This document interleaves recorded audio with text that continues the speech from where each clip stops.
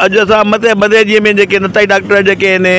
ॿ कया आहिनि, हिकु लेबॉरेटरी कई आहे ऐं जेके अताई डॉक्टर ॿिया सभु जेके आहिनि ॿुधी करे भॼी विया आहिनि। नालनि जी तव्हां पुलिस स्टेशन ते असां लेटर ॾेई छॾियो आहे, नाला तव्हांखे उहे ॿुधाईंदा। बाक़ी असां तव्हांखे अर्ज़ु कंदासीं त जेके बि माण्हू आहियूं गॾिजी करे इन्हनि में हेपेटाइटिस बी, कारी कामण ऐं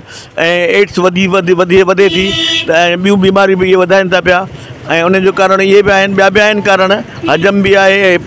एड्स में। पर इहे बि हाणे महिरबानी करे असां साथ ॾियो ऐं इन्हनि खे ख़तमु करण जी असां सां गॾु मुंहुं मल्हायो। कमीशन जा आहियूं ऐं नालो असां डॉक्टर इम्तियाज़ साहब आहे, असिस्टेंट डायरेक्टर आहे, ऐं मां मेडिकल एक्सपर्ट डॉक्टर ठाकुरदास पंजाणी आहियां। नाज़रीन, मदई मां खे अहम ख़बर ॾींदा हलूं त सिहत खाते जी टीम डॉक्टर इम्तियाज़ जे अॻुवाणीअ में जेको असिस्टेंट डायरेक्टर हेल्थ जो आहे डॉक्टर इम्तियाज़, उन जी अॻुवाणीअ में सिहत खाते जी टीम मदईअ में लेबॉरेटरियुनि, गैर क़ानूनी हलंदड़ लेबॉरेटरियुनि ऐं अताई डॉक्टरनि तरफ़ां हलाईंदड़ क्लिनिकनि मथां छापा हया विया आहिनि। जी नाज़रीन, हीअ अव्हांखे मदई जी मां अहम ख़बर पिया ॾियूं त सिहत खाते जी जेका टीम आहे उन मदईअ में गैर क़ानूनी तौरु हलंदड़ लेबॉरेटरियुनि तोड़े क्लिनिकनि ते छापा आया आहिनि, जंहिं सिलसिले में हिकु लेबॉरेटरी ऐं क्लिनिकूं हिकु ॿ सील कयूं वयूं आहिनि, जॾहिं त कुझु डॉक्टर जेके आहिनि उहे क्लिनिकूं छॾे घर तरफ़ या रवाना थी विया ऐं क्लिनिकुनि खे बंदि करे। उन सिलसिले में हिकु अधु ॿी क्लिनिक बि सील कई वई आहे। मां तव्हांखे ॿुधायां त हीअ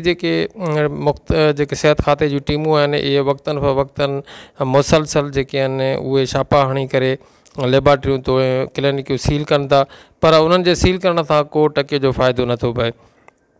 ऐं जीअं ई उहे सील करे हलिया था वञनि, ॿिए ॾींहं ते उहे लेबॉरेटरियूं उहे क्लिनिकूं खुली थी वञनि। मां तव्हांखे अफ़सोस जी ॻाल्हि ॿुधायां त हींअर इहा लेबॉरेटरी जेका मदई जी थाणे जे साम्हूं आहे, इहा लेबॉरेटरी अॼु ई इन मेडिकल टीम जेका आहे उहा गैर क़ानूनी काउंट कंदे उनखे सील कयो, पर चंद ई घंटनि जे अंदरि उहा लेबॉरेटरी वरी खुली वई ऐं लेबॉरेटरी पंहिंजो कमु करणु शुरू करे ॾिनो। हीअ जेका आहे सिहत खाते जो जी नाली बि असां चई सघूं था, उन्हनि जी रिट जी कमज़ोरी चऊं या छा नालो उनखे ॾियूं, या मां सम्झां थो पियो त इहा जेका सिहत खाते जी टीम आहे उन जी नाली आहे, उन्हनि जे करप्शन जे हवाले सां ई थी सघे थी त उन्हनि जो जेको छापा आहिनि उहे सिर्फ़ु ऐं सिर्फ़ु पंहिंजे खीसे जी ख़र्ची जे लाइ छापा हणनि था। बेसूरत दीगर जेको आहे उनजो कोई बि क़िस्म जो को बि फ़ाइदो अवाम खे या शहरनि खे नथो मिले। हीअ हिकु क़िस्म जो ढोंग आहे